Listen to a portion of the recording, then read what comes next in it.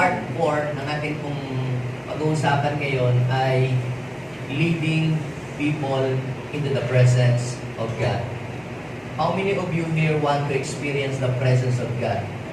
Kayo po ba na pumunta dito, kaya po pumunta kayo dito, ay gusto niyo pong maranasan ang presensya ng Diyos?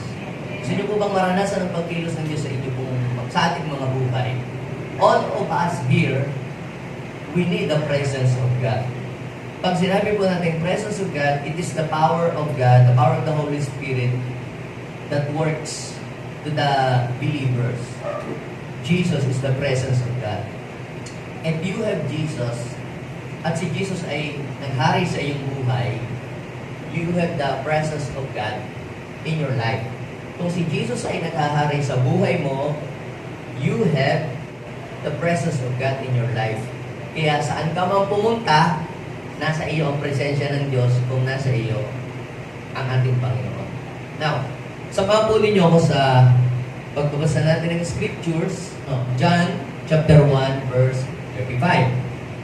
Basahin po natin yung kwento hanggang verse 42. Nang sumunod na araw, naroon ulit si Juan at ang dalawa sa kanyang mga alagad. Verse 36, nakita niya si Jesus. Sabihin natin, nakita si Jesus na nagdaraan at kanyang sinabi, narito ang kordero ng Diyos. Narinig ng dalawang alagad ang sinabi niya at sumunod sila kay Jesus. At lumingon si Jesus at nang makita ang sumusunod sila ay kanyang tinanong, ano ang hinahanap ninyo? Tanungin mo ang iyong katabi, ano ang hinahanap mo? Anong hanap mo? Naalala ko pag ako lagi pupunta sa palengke, lalo na doon sa mga tindahan ng mga damit, sir, ano pong hanap niyo? Kakukulit, laging tinatanong, anong hanap niyo? Minsan sabi ko, meron ba kayo tindang basket dito? Doon sa tindahan ng mga damit. Dahil ako nakukulitan. Okay? Alam niyo po ba mga kapatid, all of us here, God is asking you right now, what are you looking for? Tanungin mo nga iyong katabi, what are you looking for? Alam ko, may hinahanap ka. Hindi mo lang ma-define sa sarili mo kung ano ba talaga yung hinahanap mo. Sabi po ay, saan po kayo nakatira, Rabbi? Ang katumbas po ng salitang Rabbi or Rabbi ay guro or teacher o tagapagturo. Verse 39, hali kayo at tingnan ninyo. Wika ni Jesus. Sumama sila at nakita nila ang kanyang tahanan. At tumuloy sila roon ng araw na yon. Nooy nasa ika-4 na ng hapon. So, verse 40, ang isa sa dalawang nakarinig kay John or kay Juan at sumunod kay Jesus. Pansinin nyo hindi lang sila narinig din, they follow Jesus.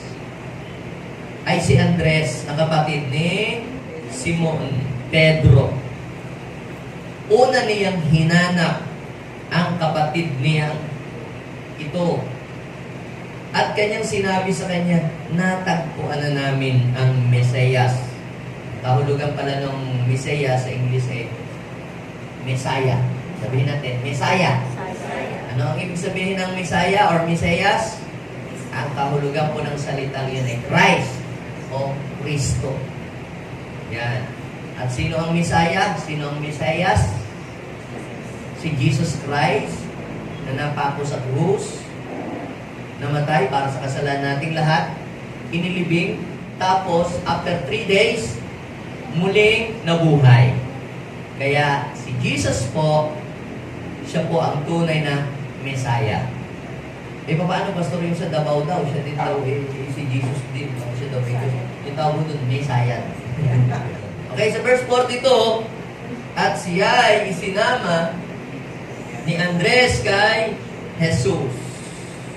Tiningnan ni Jesus si Simon at sinabi sa kanya, ikaw, Simon, anak ni John. Ang ipangangalan sa iyo ay Cephas or Cephas. Ang kahulugan naman po ng pangalan na Cephas, ang katumbas noon ay Pedro. Sa Greek, ang ibig sabihin ng pangalang Pedro ay rock. Yan. Now, itong story na ito, na binasa ko po sa inyo, is a real story na nangyari during the time of John the Baptist. Sino ba si John the Baptist? Si John the Baptist po, sinasabi po ng Bible na bago dumating ang Kristo na magliligtas sa mundo, ay meron munang mauuna sa Kanya na magpiprepare ng way. Kasi dati po, ang mga tao noon nakalimot na sa Diyos.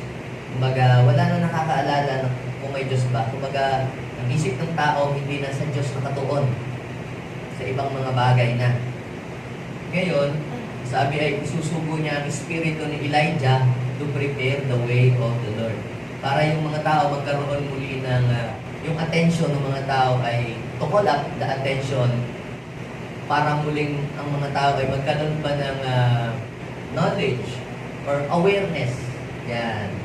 May Diyos pala na handang magpatawad ng mga kasalanan ng lahat ng tao. Kaya, nung si John ay nangangaral sa Diyos, ang lagi niya pong shares about repentance. Ibig sabihin, ang tao ay binibigyan ng hope ni God na siya ay ganumang kadami ang kanyang kasalanan na gawa sa kanyang buhay, ay kaya siyang patawarin ng Panginoon. Ganuman kaliko, ganuman kapangit ang kanyang buhay, ay kayang ayusin ni Lord ang kanyang buhay. At siya po ay nagbabaptize yung mga taong nagre-repent para magkaroon ng palatandaan na talagang nagsisi ang isang tao, so binabaptize po nila yun. Yan. Yun po ay outward na pagpapakita na isang tao ay nagsisi at tumalikod sa kanyang kasalanan. Then, after that, ng pagbabautismo, dami nang nabaptize, si Jesus was passing by. Ito na, dumating na si Jesus. Yan. Nung makita ni John, si Jesus ay ipinakilala ni John the Baptist, si Jesus, sa mga tao. Hindi yung sarili niya pinakilala niya, hindi yung sarili niya pinromote niya. Ang ipinromote ni John ay si Jesus. So, mga kapatid, gusto kong malaman ninyo na lahat ng tao ay meron pong emptiness sa buhay. Sino po dito ang aamin na mayroon siyang emptiness sa kanyang puso? O maaaring yung emptiness sa puso nyo ngayon ay na-fill upan na. Pero all of us here, all people have emptiness. Yung bang spiritual emptiness sa puso. At ang buhay ng tao, lahat ng tao ay mayroong hinahanap sa kanyang buhay. Kayo po bang pumunta dito ay may hinahanap sa inyong buhay? Lahat po ng tao, mayroon niyang hinahanap sa kanyang buhay. Kahit pa ang isang tao ay sabihin natin, napakayaman na niya, meron pa rin siyang hinahanap. Bakit baga ang isang tao? Mayaman na. Gusto pa yumaman pa ng yumaman. Kadami ng sasakyan, bakit pag gusto pang gawing limang po? So lahat ng tao ay mayroong hinahanap. Kahit po ang material na bagay, o yung material things, fame, politics, cannot make us whole and complete. So, yung mga material na bagay na pinupurso ng maraming tao dito sa mundong ito, yung fame, gusto mong maging sikat na vlogger, magpamapansin, tatambling, tutuloy sa alambre, kakain ng apoy, tatalo sa bubong. Lahat ay ginagawa ng mga tao. Dahil iniisip nila na baka yun yung makakapagpuno sa emptiness ng buhay nila. But all those things cannot make us whole and complete. Kaya pansinin ninyo, akala natin, pag marami na tayong pera, pag meron na akong jowa, masaya na ako. Pero nung after few weeks, wala. May iba ka na uling gusto. Meron ka na uling ibang hinahanap. Sabihin mo nga sa iyong katabi, only Jesus can fill up the emptiness of your heart. Naniniwala pa po ba kayo? Sabi po ni Blaise Pascal, isang great mathematician, ang puso daw ng isang tao ay meron pong vacuum. Sabi niya, hindi ko ma-define kung ito is square, triangle, oblong, rectangle. Basta merong siyang vacuum o hukay doon sa loob. At ito daw pong vacuum na yan ay pinipilit, sinisikap na punuan ng tao, ng material things, ng fame. Pero, hindi daw po ito kayang lagyan kahit pa anong gawin niya. Ang tangi lamang daw pong makakapagpuno at makapagsasatisfy ng vacuum sa puso ng isang tao ay walang iba kundi ang ating Panginoon. Now, dito sa ating pong binasa, mayroon pong tatlong mahalagang bagay akong nakita. How can people find one thing they need? How can people find the one thing they need? Kaya ang isang tao ay nagbibisyo siya, gusto niyang maranasan ang lahat ng bagay. Yung iba, nagka-drugs. Yung iba ay kung anong ginagawa sa buhay. Lahat ng maisip niyang gawin, na iniisip niyang yun ay po pwedeng magpasaya sa kanya. Sumasaya nga naman, pero ang kagalakan at kasayahan na ibibigay nun ay temporary lamang. At ang nakakalungkot pa nun, akala mo yun yung makapag-aayos ng buhay mo, pero sinisira pala nito unti-unti ang iyong buhay. Isang bagay lang ang kailangan natin para ang ating buhay ay gumanda at maging maayos. How can people find the one thing they need? Do you have an idea kung ano yung one thing na yun? Sinabi ni Jesus kay Martha, di ba? Martha, ikaw ay abalang-abala sa pag-iisip at paghahanap at paggawa kung ano ng bagay. Pero isang bagay lang ang talagang kailangan. Sabihin mo nga sa iyong katabi, isang bagay lang ang talagang kailangan. Isang bagay lang. Ano kaya yung isang bagay na yun? Yun ay ang pagkakilala sa Panginoon. Pag nakilala mo ang Panginoon, gaano man kabigat, gaano man kadami yung problema, gaano man ka-complicated, gaano man ka-over sa iyong buhay, aayos, gaganda, at huhusay ang iyong buhay. So, yun lang yun. Yun lang yun. Dahil, when you find Him sa buhay mo, siya yung gagawa. Siya yung mag-aayos ng hindi maayos sa iyong buhay. So, ang atin pong trabaho lamang dito, number one is to point others to Jesus. So, how to find the one thing they need? Paano matatagpuan ng tao kung ano yung hinahanap niya sa buhay niya para mapunuan yung emptiness sa puso niya na kung ano ba yung kulang. Paano mangyayari yun? We should point them to Jesus. Point others to Jesus. Ang tao, ang dami na tayong lahat dito. May kanya-kanya tayong iniidolo. Yung iba, basketball player. Yung iba, artista. Yung iba, politiko. Yan. Kanya-kanyang iniidolo. Kanya-kanyang pinapalo, kanya-kanyang hinahangaan. At yung iba talaga naghahanap ng makakapag-comfort sa kanila. Ang tao ay naghahanap ng makapag-save sa kanila. Maghahanap ng protection, naghahanap ng comfort, naghahanap sila ng love. Kaya lamang, kadalasan doon sa mga pinipili natin na ito magaling ito maganda ito the best ito. Minsan na po prostrate tayo sa kanila, it is because hindi nila namimit kung ano yung ating kung ano ang expectation mo sa iyong career, di ba? Or sa iyong trabaho, iniisip mo, yan, ganda rin, pinag-pray ko pa, tapos bigla, yung expectation versus reality, hindi pala ang layo sa katotohanan. Yung binoto mo, sinuportahan mo, yung expectation, hindi niya na-meet. Kaya ikaw ay very frustrated sa iyong buhay. Kaya para hindi ma-prostrate ang mga tao, we have to point other people to Jesus. Hindi ako nagsasabing ito yung magaling, ito yung piliin, ito yung maganda, ito yung punta. Bakit? Sapagkat lahat ng tao may mga pagkukulang, lahat ng tao may weakness yan, lahat ng mga tao for all have sinned fall short to the glory of God. Kaya huwag masyadong pakasambahin ang tao, huwag masyadong paka-idolin. Lahat siya ay may kapalpakan, behind the scene. Nakikita mo lang siguro yung maganda o nakikita mo lang siguro ay tip of the iceberg. Pero pag nakita mo kabuang buhay niyan, ako, baka ikaw ay ma-turn off sa kanya.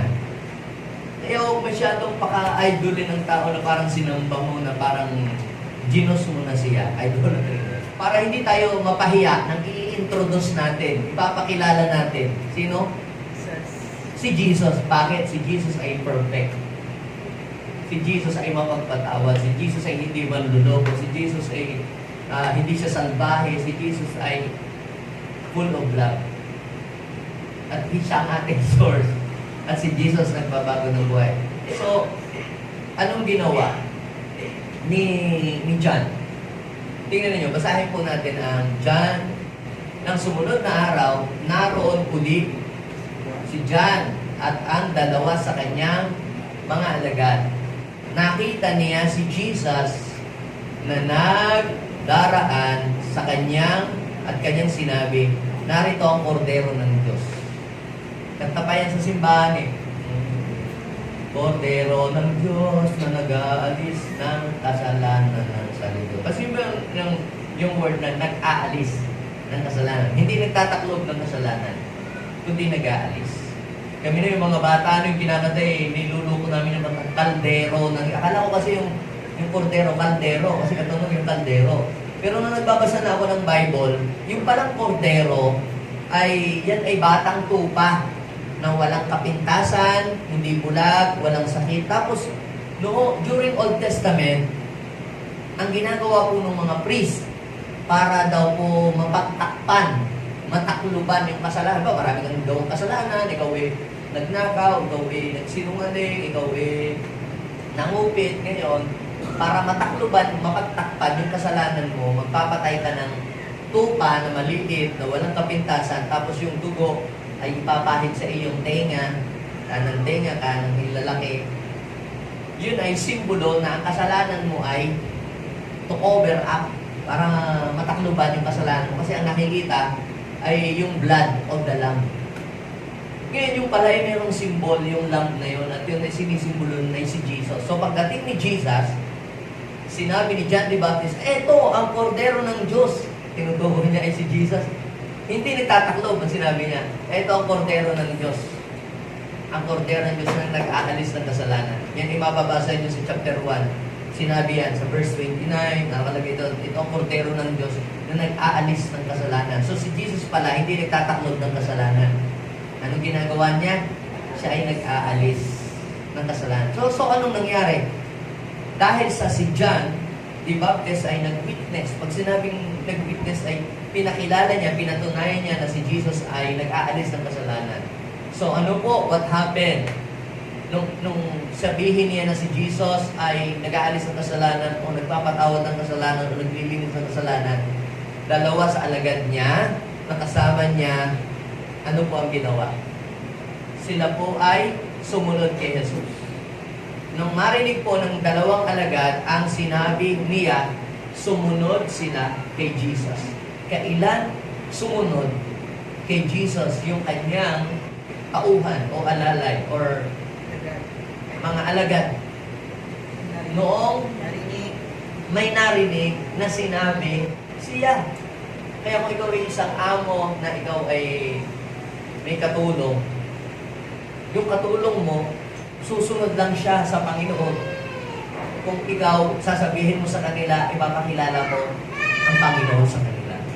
O ikaw man ay may mga tauhan, you're the owner of the company, o may mga tauhan ka, o meron kang driver, o meron kang kasambahay, o meron kang kaibigan, makikilala lamang nila si Lord at susunod lang sila sa Panginoon kapag ipinakilala mo ang Panginoon sa kanila. When you point them to Jesus, when you present them to the Lord. Na nakikilala ng tao ang Diyos kasi may nag-introduce sa kanila kay Lord. Kaya you can only know God if someone introduces Him to you.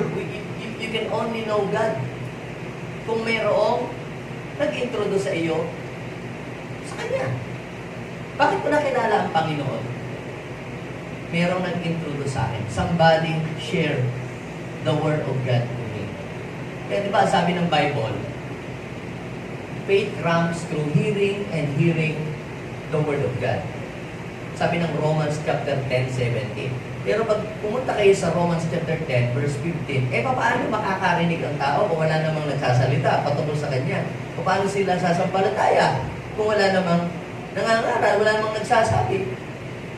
So, ibig sabihin, dapat merong may magsabi. Kayo, ba't kayo napunta dito? Ba't nyo nakilala si Lord? May nagsabi, may nagpakilala. So, makikilala din naman ng iba, other people, makikilala lang nila si Lord kapag may nagpakilala din sa kanila. So, ngayon, anong role natin? Ikaw, matapos mong makilala si Jesus, matapos mong maunawaan ang kanyang pag-ibig, matapos mong malaman ang kanyang mga plano para sa iyong buhay, dapat ay hindi lamang ikaw ang makaalam noon. Dapat ay malaman din ng iyong mga kasambahay, malaman din ng iyong kaibigan, malaman ng iyong jowa, malaman ng iyong mga kapitbahay, malaman ng iyong mga magulang, malaman ng iyong mga kaklase. Dati po, si John the Baptist, hindi niya kilala si Jesus. Hindi niya kilala si Jesus.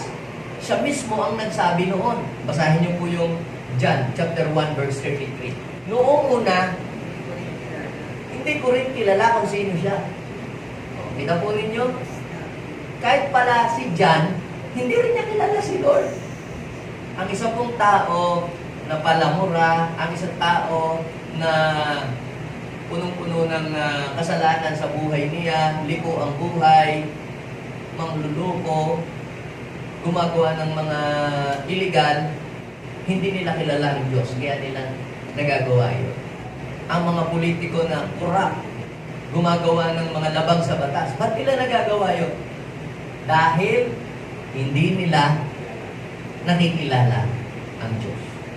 Kung kilala lang sana nila ang Diyos, hindi sila gagawa ng crime. Kung kilala lamang sana nila ang Diyos, maaaring hindi sila magsusugal. Kung kilala sana nila ang Diyos, maaaring hindi sila gagawa ng crime. Kung kilala nila si Lord, maaaring hindi sana sila gagawa ng anumang mga bagay. Paano naman yung sabi, kilala daw niya si Lord, tatawag din naman talaga si Lord, pero hindi talaga sila nakakakilala. Dahil ang isang taong tunay nakakakilala sa Diyos, kapag yan ay nasa problema, nasa gitna ng mga matitinding dilubyo or circumstances, ang unang-una niyang tatawagin, pag may problema yan, tiyak hindi kabayong pula, hindi tanduay.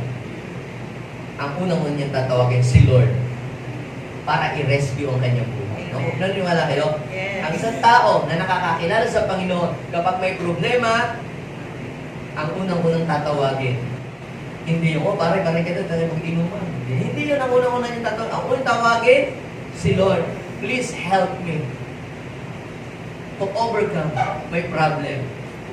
Help me, Lord, to escape these difficulties and trials. So, dati, hindi nila nakikilala ang Panginoon.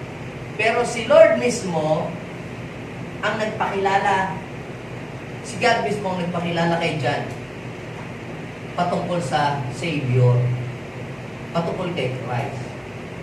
Makikita mo sa isang tao, bababa ang Espiritu sa kanya, at pag binabaan siya ng Espiritu, yun na yung Christ na magliligtas sa mundo ito. So, ibig sabihin, nakilala ni John the Baptist si Jesus through the Holy Spirit.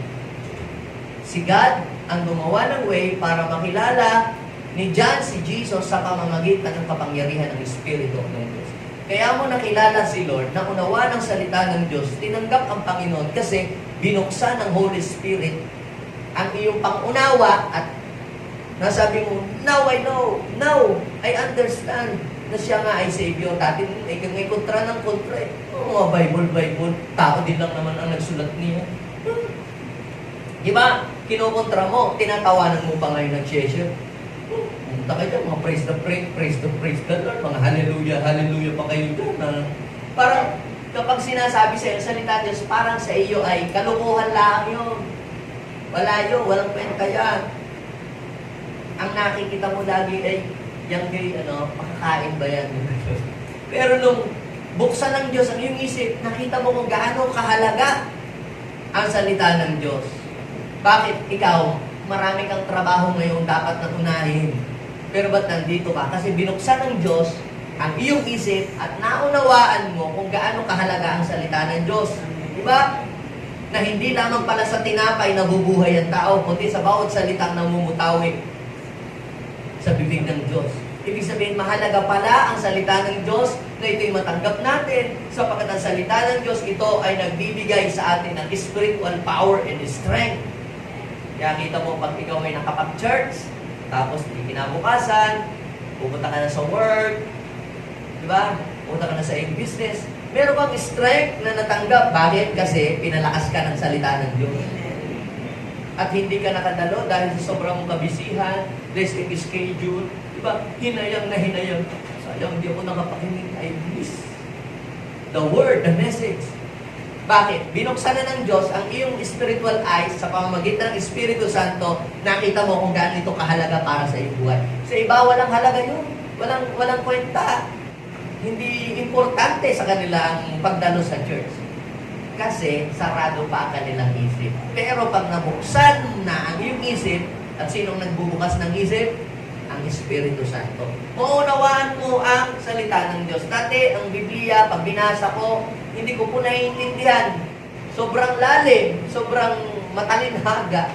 Pero nung binuksan ng Lord, ng Espiritu Santo, ang aking paningin, when the Lord opened my spiritual eyes, nakita ko, ang sarap palang magbasa ng Bible. Ang dami kong aral na tututunan. Ang daming mensahe na nakapagbibigay sa akin ng kalakasan. Nakaka-inspired pala na basahin ang salita ng Diyos. Bakit ganun? Kasi nabuksan na ang iyong paningin. Binuksan ng Holy Spirit. Unless na i-open ng Holy Spirit ang iyong spiritual eyes, kahit anong pagbabasa mong gawin ng pagbabasa sa Bible, hindi mo siya maintindihan. Pero the moment na buksan ng Holy Spirit, maintindihan mo yung binabasa at makikilala mo si Jesus sa iyong buhay. So ngayon po, nakilala ni John si Jesus. So dahil nakilala ni John si Jesus, pinakilala din niya si Jesus sa iba. So para maipakilala natin si Jesus sa iba, you should know Jesus personally before you can introduce Him to others. Hindi mo naman maipapakilala si Jesus sa iyong mga kaibigan kung mismong hindi mo pa naman nakilala talaga si Jesus. Pero, kapag nakilala mo si Jesus na siya pala nagbabago ng buhay, siya pala ang tagapagligtas, hindi pala si Pedro, o hindi pala si Juan, hindi pala si Tesoro ang tagapagligtas, si Jesus, tsaka mo palang maipapakilala talaga na si Jesus ay tagapagligtas. That He is the way, He is the truth, and the life. Amen? Palagpakan natin. Kaya, nung makita, when Jesus passing by, na ano agad niya? Recognize, oh, si Jesus. Alam niya si Jesus. Alam niya yung Savior. Dumaan lang sa Kanya, alam niya. The Lord will give you the ability to discern what is truth and what is not. Bubuksan ng Diyos sa inyong isip at ipababatid sa iyo. Hindi lahat ng nangangaral ng Jesus ay si Jesus ngayon. Pero madidiscern mo sa iyong puso. Mukhang parang iba yun. Parang hindi yun ang Jesus. Malalaman mo sa iyong puso. Kaya nung dumaan si Jesus, na-discern. Ang tawag ay na-discern. Na-recognize. Oh, si Jesus. Kaya, ang sabi po ni John the Baptist sa kanyang mga disciples, narito ang kordero ng Diyos na nag-aalis ng kasalanan. At pagkarinig ng kanyang mga alagad na dumadaan si Jesus, ano po ang ginawa? Sumunod po sila sa Panginoon. Kaya, ang may papayo ko po sa inyo kung kayo may mga katulong, may mga anak, may mga kasambahay, at kung matapos po niyong mag-share ng salita ng Diyos, sila ay matutong sumunod kay Jesus, maging masaya kayo. Bakit? Sapagkat, katulad katulad din ninyo, sila nakilala din nila. Maging masaya ka kapag ka yung shinera ng salita ng Diyos matapos mo mag-share, sumunod sa Panginoon. Sapagkat yan talaga ang goal nating lahat. Ang mga tao ay sumunod kay Lord. Hindi sa atin. Hindi sa kung sino. Sumunod kay Lord. At hindi mo magiging problema ang iyong anak kapag ikaw ay nadala mo siya sa Panginoon. When you point your children to Jesus. When they follow Jesus, hindi mo sila magiging problema. Hindi mo magiging sakit ng ulo yung mga anak. When your children learn how to follow the Lord Jesus. Sumunod sila sa Panginoon. So, matapos makilala ni John si Jesus, hindi niya lang sinarili ang kanyang pagkakilala sa Panginoon. Kaya sabihin mo nga sa iyong katabi, huwag mong sarilihin na ikaw lang ang nakakakilala kay Jesus. Sabihin mo sa iyong kaklase, sa iyong mga kaibigan, parang unfair naman yata, nung ikaw matutong mag-smoke, alam, masarap ng flavor nito. Parang grape. So sige, tikman mo. Diba? Ito naman, sarap ng ang milk tea na ito. Bilihin mo. Sinishare mo sa iyong kaibigan. Pero nung makilala mo si Jesus na nagpatawad sa iyo, nagligtas sa iyo, wala lang, hindi mo ma-share. Nahihiya ka pa sabihin yun yung milk tea na natikman mong masarap, hindi ka nahihiyang ikwento. Yun ikaw nga noon, nag-bake ka, na-addict ka, nagastusan ka, kinukwento mo. Pero bakit si Jesus, ikaw, tinanggal ang iyong problema, tinanggal ang iyong takot, tinanggal ang iyong kasalanan. Dapat mas i-share natin si Jesus, mas i-promote natin si Lord. Dahil kailangan din ng mga kaibigan natin at mahal natin sa buhay, ang Panginoon. Kailangan din po nila ang Savior. So, pangalawang bagay na kailangan po natin, mga kapatid, is invite others to experience Jesus. We should invite others to experience Jesus. So, number 1, point others to Jesus. So, anong ibig sabihin ng, pag sinabi natin to point others to Jesus, it means to direct them to the Lord. I-direct mo na sila kay Lord. Huwag naman kung kanino pang dadaan. Dumirekta ka na sa Panginoon. Hindi ko dadaan pa dito, dadaan pa doon. Kung saan-saan pang station pupunta. Pero para ang isang tao ay masolve ang kanilang problema, anong number 1? We should point others to Jesus. Point them to the right person. Halimbawa, ang isang tao ay mayroong nasira ang kanyang electric fan. Ay, Mars, sira pa lang electric fan mo. Ang init-init pa naman ngayon. Tara, meron akong kilalang veterinaryo. Dalahin natin doon. Doon sa aking veterinaryo na kaibigan. Tama ba yun?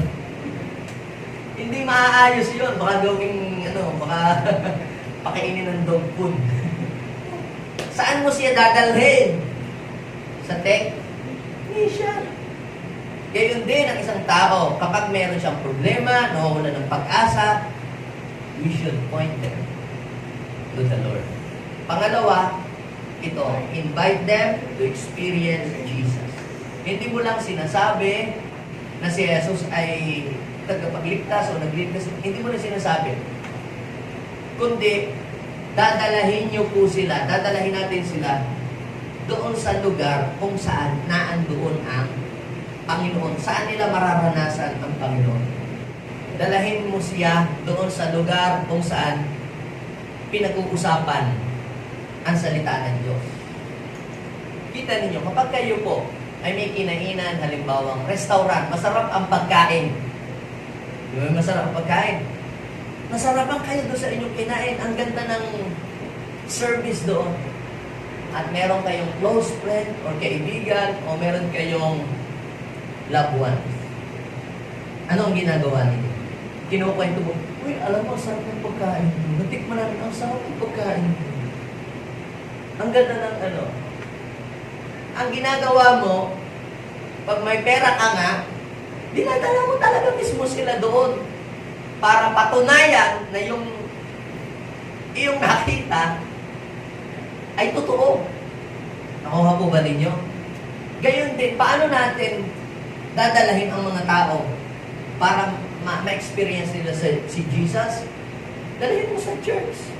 Dalahin po ninyo sa small group, sa small gathering, kung saan ang salita ng Diyos sinishare doon, and they will experience Jesus sa kanilang buhay. Paano ko na-experience si Jesus sa aking buhay? Ang ginawa ko, nung nag-akay sa akin, dinala ko sa church. Dinala ko sa youth gathering. At na-experience ko ang pag-ibig ng aking Panginoon. Na-experience ko na si Lord pala ay nagbibigay ng hope. Kahit ako'y broken family, may maganda pa ng plano sa akin ang Diyos sa aking buhay. And when other people experience Jesus, their life will never be the same. Tingnan, basahin po ninyo yung yung verse 38. Lumingon si Jesus at nang makitang sumusunod sila, ay kanyang tinanong, ano ang hinahanap? Ano ang hinahanap? Tingnan ninyo mga kapatid. Kapag sumunod ka sa Panginoon, hindi ka dededmahin ni Jesus. Hindi ka idededma. Marami siguro kayong sinusuportahan, pinapalaw, nagha-heart ka palagi, nagla-like, pero hindi sila nagha-heart back. Wala lang. Pero si Jesus, kapag sumunod ka sa Kanya, si Lord, ikaw ang unang-unang tinitingnan. Naniniwala kayo sa lahat ng sumusunod sa Panginoon, ang Panginoon nakatingin doon sa mga taong sumusunod sa Kanya. Sabihin mo nga sa iyo, katabi, si Lord nakatingin sa iyo. Ngayon, dahil nakatingin si Lord sa mga taong sumusunod sa Kanya, nakikita ng Lord kung ano ang inyong mga pangangailangan. Nakikita ng Lord kung ano yung pinagdadaanan. Nakikita ng Lord kung ano ang problema ninyo ngayon. Nakikita ng Lord kung ano ang kulang ngayon sa iyong buhay. And Jesus is asking you today, what are you doing? Sa ibang translation, ano ang gusto ninyo? Ano ang hinahanap? Pagka po ba kayo ay isinama ng inyong kaibigan sa restaurant o ng iyong parent, ito, pumili ka na. Ano ang gusto mo? Paano ka magsasabi? Paano mo sasagutin? Kahit alin, you must be specific. Kung may problema ka, sabihin mo sa Panginoon kung ano yung problema. Ano ang pinagdadaan mo? Sabihin mo sa Kanya. What are you looking for? What do you want? Sa ibang translation. What do you want? Ano ang gusto ninyo? Sabihin mo nga sa iyong katabi. Sa pagkasinan nyo, anong gusto mo? Igabay mo. Ano igabay mo? Tinatanong ka ngayon ng Panginoon, ano ba ang gusto mo? Igabay mo. Ano ba ang gusto mo? Ano ba sabi ni Andrew at saka yung kanyang friend? Gusto ko na mo magkanta mo ba? Gusto ko na mo na. Ano ba sabi niya? Basahin nga natin yung verse 38. Anong hinahanap nyo? Ano sabi? Saan po kayo nakatira? Saan po kayo nakatira? Laban. Rabbi. They are looking for God's presence. Do you have an idea kung nasaan si Lord? Palagay ko wala sa sabungan si Lord. Palagay ko wala doon sa casino. Nasaan kaya si Lord? Nasa church. Nasa bahay mo. Kung sa bahay mo, may nag-aaral ng salita ng Diyos, nasa bahay mo si Lord. Nakatira doon si Lord. Sa lugar kung saan mayroong nagba-Bible study, nagpe-fellowship, ng pinag-uusapan ay si Jesus, naandoon si Jesus. Yung lugar na yon ay nagiging bahay, nagiging tahanan ni Jesus. Dahil ang sabi ng Bible, if there are 2 or 3 gather in His name, I am in their midst. Naniniwala kayo na andito si Lord? Kaya ka nandito ngayon eh. Kasi naniniwala ka nandito si Lord. Kasi pinapahayag dito ang salita ng Diyos. Kita ninyo itong mga taong ito. They are longing to experience Jesus sa kanilang buhay. Marami pong mga tao ay talagang naghahanap po sila ng magpupuno ng kulang sa buhay nila. At naniniwala sila na tanging ang Panginoon lamang yung makapagbibigay at makapagpupuno ng lahat ng kakulangan sa kanilang buhay. Kaya kita nyo po, sabi nga ni David, better is one day in your house. Mas gusto ko pang mag-stay sa bahay ni Lord ng isang araw o maikling panahon ng isang araw kaysa libu-libong araw na malayo sa presence ni Lord. Oo nga, masaya nga ako.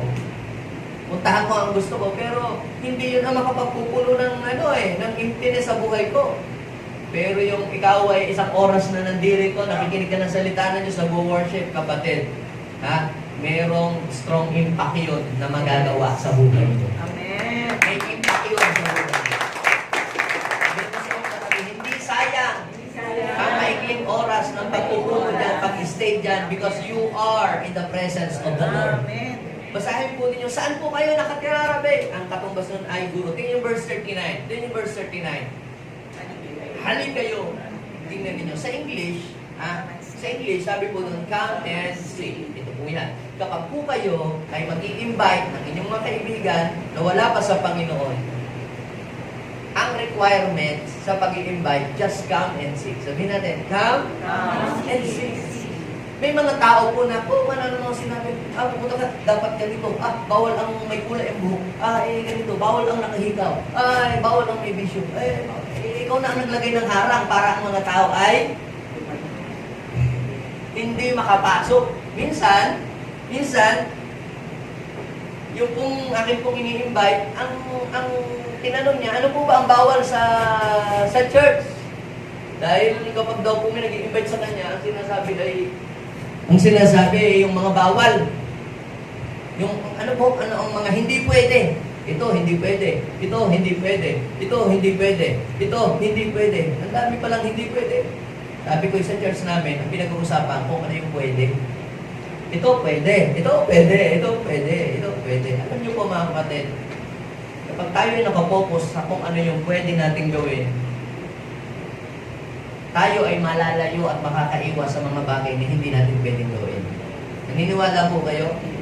Nakapokus tayo sa kung ano yung pwede, hindi doon sa hindi pwede. So ano pong sabi? Come and see.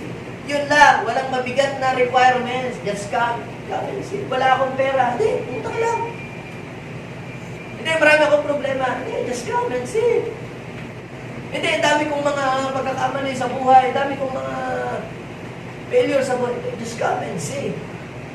Bakit? Dahil ang ating pong faith, kapag ang isang taong mali ang buhay o liko ang buhay, pag yan tumungtong sa lugar kung saan naandoon si Lord, mag-uumpisa ng kumilos ang Panginoon sa buhay. Just come and see. Just come and see. Yan mo lang pumunta diyan. Ikaw ha, kung pupunta ka dyan, dapat yung hikaw mo sa ilong, tagalin mo yan, tsaka yung hikaw mo sa ilong. Hindi niya alisin yun eh. Tagal niyang nagsuffer sa pagpapabutas. Tapos, akala niya kasi yun yung magbibigay ng meaning sa buhay niya. Hayaan mo lang, just come and see. Alam niyo po, kapag ang isang tao, hinipo ni Lord, hindi mo na kailangan pang mister, pang sabihin kung ano ang mali sa kanyang buhay. Si Lord na ang magtatama ng buhay ng mga yan. Amen? Amen. Alam natin si Lord. Just come and see. At alam niyo po, 4:00 daw po yun. At sabi, nung mag-stay daw po yun, sa lugar pong yun, they remained with Him the rest of the day. Kita nyo po, yung oras po na yun, nag-stay po sila doon and something miracle happened sa kanilang buhay. I believe those people experience Jesus sa kanilang buhay. O paano tayo pag mag-i-invite? Just come and see. Hindi tayo makikipag-debate. Hindi pag-uusapan ang mga religion, hindi pag-uusapan ang kung ano mang kanilang mga background o nakaraan sa buhay. Just come and see. And we believe, kapag na-meet nila si Lord na ang bahalang mag-aayos ng buhay ng mga tao, hindi maayos ang buhay. Then, pang-tatlo. So, ano yung una? Point others to Jesus. Pangalawa, invite them Others to experience. experience Jesus. Paano? Dalahin mo sa church. Kung merong gathering ang mga youth, tapos yung ini-invite mo ay mga youth din, mga kabataan, dalhin mo sila doon para ma-experience nila si Lord sa buhay nila. And then, ang tatlo po, ito, share your personal encounter with God. Bawat isa po sa atin dito, lalo na yung mga nauna ng mga na-attend dito, all of us here, meron po tayong kanya-kanyang experience kay Lord. Lahat tayo dito, merong personal na encounter kay Lord. Sino po dito kung aamin na siya ay na-experience, meron siyang personal encounter kay Lord. Yung iba po, nung nag-worship, during worship, doon sila kinatagpo ni Lord. Yung iba naman, habang ipinipreach ang Word of God, doon nila na-encounter si Lord, namusap ang Lord sa kanila through the message. Yun namang iba, nung may mag-altar call na tinawag sila at pinag-pray, doon nila na-encounter si Lord. Iba-iba po. Iba-iba ang ating pong encounter, experience kay Lord. Pero ang gusto ni Lord, yung encounter na yun, maibahagi mo sa iba. Sa ibang tao na hindi pa rin nakakakilala sa Kanya. Tingnan po ninyo yung John chapter 1, verse 40. Ang isa sa dalawang nakarinig kay John, ito yung narinig niya ang Word of God na ipinangaral ni John, at sumunod kay Jesus ay sino daw po? Si Andrew, kapatid ni Simon. Parang Mamon. Simon. Yan. Una niyang hinanap ang kanyang kapatid. Yun agad ang kanyang unang-unang hinanap. Bakit? Dahil alam ni Andrew ang pinagdadaanan ng kanyang kapatid na si Simon. Ikaw ba ay mayroong kilalang kaibigan o kilalang kapatid na nangangailangan ng Jesus? O mayroon siyang pinagdadaan ng matinding problema? O patingin ng patingin sa doktor, walang findings? Dinala na lahat sa albularyo, kung ano-ano. Pero may naririnig na mga boses daw at mga napapanaginipang mga kung ano-ano. Tapos nakakakita ng mga kapre nung sa puso tikbala, ano-ano ganyan. Nung mapa-attend sa JA1 at nakakita nakaharap ng deliverance, una niyang hinanap ang kanyang kapatid. Ito kailangan nito ng deliverance. Ito kailangan dito ng kalayaan. Meron ka bang kilalang kaibigan ngayon na hopeless, nasa hopeless situation? Maaaring kapatid mo. Maaaring jowa mo nga eh. Maaaring nanay mo, maaaring tatay mo. Yun ang unang-una niyang pinuntahan. May mga tao ba kayong kilalang hopeless? May mga tao ba kayong kilalang may pinagdadaan na gusto nang magpakamatay? At nakakita ng solusyon si Andrew. Bakit? Naranasan niya mismo sa kanyang buhay. At dahil si Andrew or si Andres, hindi niya makontain yung kagalakan, hindi niya makontain yung experience na yun na kanyang na-experience sa Panginoon. Alam niyo po, ang unang-unang niyang hinanap yung kanyang kapatid. Naku, kailangan ng aking ading. Ading nga ba yun?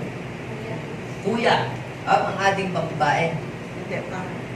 Mas Babae, lalaki. Okay. Ng aking kuya, kailangan niya si Jesus. Kanya pong hinanap.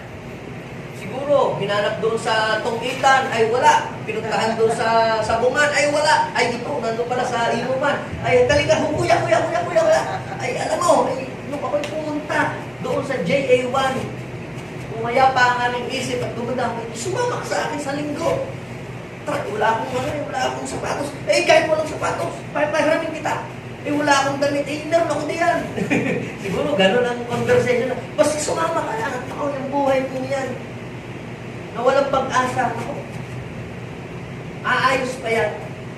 Sabihin mo sa iyo katabi, may pag-asa pa. May pag-asa pa. Tara kay Jesus. Tara kay Jesus. Hindi sa relihiyon mo sila dadalhin. Na relihiyon na yan eh. Di ba? Saan mo sila dadalhin? Kay Jesus. Kay Jesus. Ang gagawin mo, share your experience.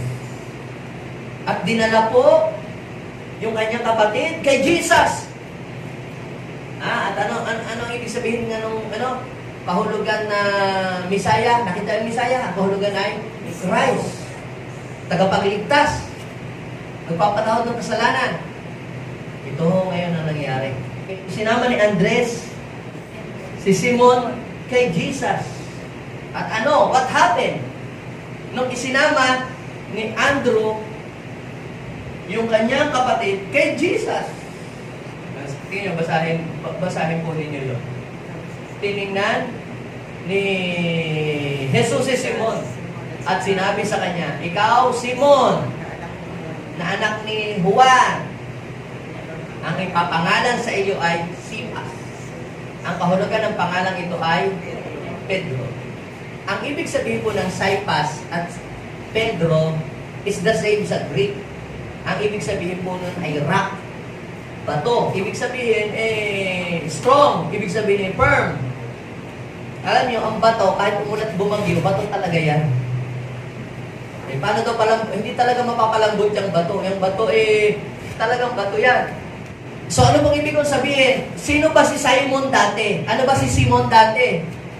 Si Simon po dati nung pabago-bago ang isip. Si Simon po dati, fearful. Si Simon po dati, ano ba siya? Ano ba ang kanyang buhay? Pabago-bago ang isip. Ano pa? Full of negative thought. Puno-puno ng pagyayabang. Pero takot naman, duwag. At nung siya po ay lumapit kay Jesus, binigyan siya ng Panginoon ng panibagong pangalan. When a person come to the Lord will give him a new name. Sabihin mo sa iyong katabi, beginning today, God is giving you a new name. May iba na ang pangalan mo, hindi na ikaw yung, alam niyo dati, ang tawag sa akin ng mga tao sa amin, si Kolokoy. Kolokoy. Ako kasi medyo loko-loko eh. Okay, yun. Pati yung mga kaklase ko gaya ng tawag sa akin. Dahil nga ako'y maloko dati. Yun ang tawag. Nung ako po ay makakilala sa Panginoon, nagbabasa na po ako ng Biblia. Minsan nagdadala ako ng Bible sa school at sinishare ko yung aking mga klase. Share ako ng share. Tapos sabi ng mga klase ko, hindi naman si Cleo, wala nang bukang bibig kundi Diyos. Wala na lang sinabi sa amin kundi Diyos. Kasi noon, ako po laging nagmumura. Minumura ko yung aking mga klase. Parang si Digong. Gayon. Pero nung ako'y nakakilala sa Panginoon, nawala yung puro Jesus. Kaya, ang tawag na nila sa akin dyan, ay si pastor, si father. Hindi ko alam kung iniinsulto ako. Oo, dinideklarahan na nila ako in the future. Pero nabago yung pagtawag nila sa akin, nabago yung aking pangalan. Ano po ibig sabihin? Mula ngayon, babaguhin ng Lord ang iyong pangalan. Sabihin mo nga sa iyong katabi, dati, yung nanay mo, tawag sa iyo, tamad. Tamad ka. Wala kang kwenta, wala kang mararating. Pero mababago na yan, isang araw. Ito ang pinakamabait kong anak. Ito ang pinakamasipag kong anak. Ito ang aking anak na pinaka-responsible. Dati, ay, walang kwenta yan. Ay, pasaway yan. Ay, walang mararating yan. Beginning today, God is giving you a new name. Amen. Sasabihin ng nanay mo, ito ang anak kong pinakamabait. Ito ang anak kong pinaka-responsible. Ito ang aking anak na sa dinami-dami ng aking anak, ito talagang anak kong pinakamagalang, pinakamasipag kong anak. Yes. Ibig sabihin yan, binigyan ka na ng Diyos ng bagong pangalan. Dati natawag sa iyo, pasaway. Pero ngayon, iba na ang itatawag sa iyo. Bakit? Because God has given you a new name. At hindi lang yon, dahil inakay ni Andrew yung kanyang kapatid kay Jesus, na naging Peter, Peter became a great leader.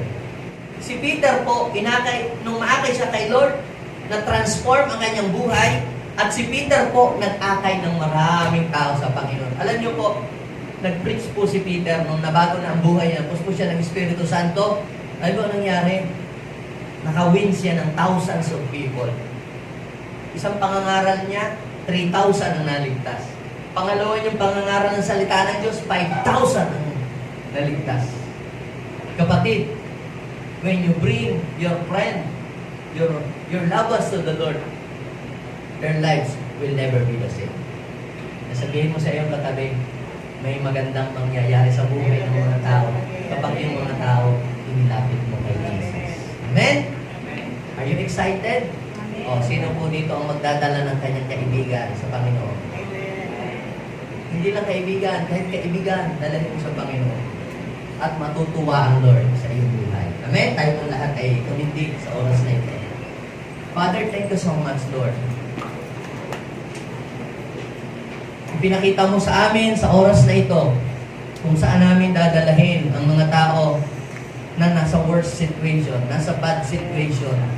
Pinakita mo sa amin, Panginoon, kung saan namin dadalahin yung mga tao na mayroon po, Panginoong, pinagdadaan ng mga problema. God, help us to point them to you, Lord.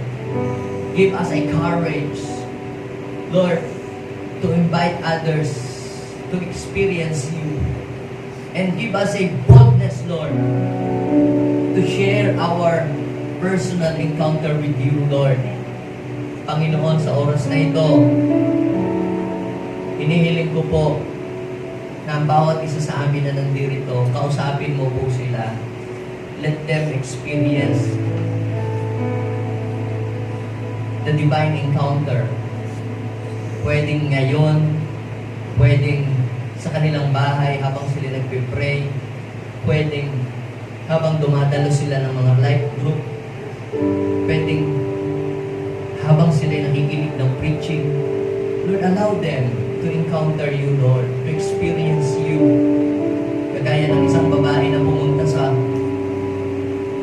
well para umigib, na-encounter niya at na-transform ang kanyang buhay, binago mo ang kanyang buhay, binigyan mo ng hope. Lord, nandito, Panginoon, inaamin namin that we are empty without you. Lord, kahit nasa amin na ang lahat ng bagay, kahit nasa amin ang pinakamahal na gamit ng mga gadget, kahit nasa amin ang pinakamagandang bahay at pinakamagandang sasakyan, without you, Lord, our lives are empty. Lord, ikaw yung one thing, ikaw yung missing sa aming puso that can make us whole and complete. Only you can make us whole and complete, Jesus.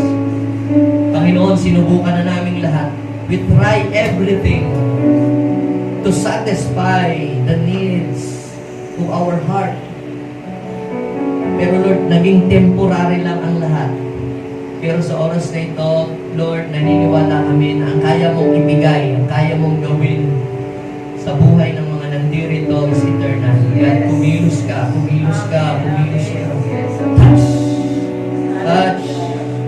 Touch! Oh, we bless you, man. Sige po, kausapin ninyo ang Lord. Sabihin niyo po, yung mag-pray lang kayo sa heart niyo, yung pabulong lang. Lord, gusto ko po kayong maranasan. Jesus, gusto ko pa kitang makilala. Hindi pa kita kilala. Pakilala ka sa buhay ko. Yes. Meron po ba kayong mga bagay na mahirap baguhin, hirap kayong tanggalin? Yan man ay mga addiction. Yan man ay mga takot sa inyong buhay. Just give it to the Lord. Surrender everything to Him. Ikaw ba ay bandage ng takot? Bandage ng bisyo? Just give them to the Lord. Oh,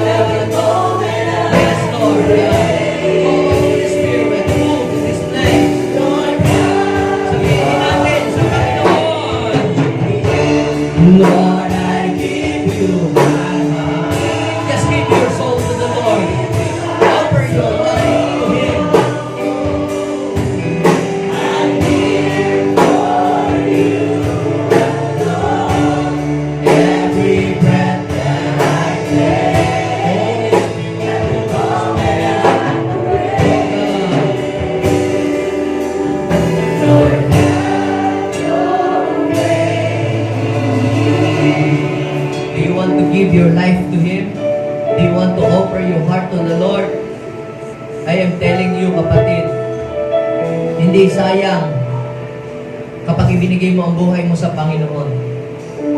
Papagandahin at mas lalo pa niyang papagandahin ang buhay mo kapag inalay mo yan sa Panginoon. When you surrender yourself to Him, walang mawawala sa iyo. Bagkus maaayos ang lahat sa iyo. Do you want to offer and give your heart to Him? To offer your heart to the Lord?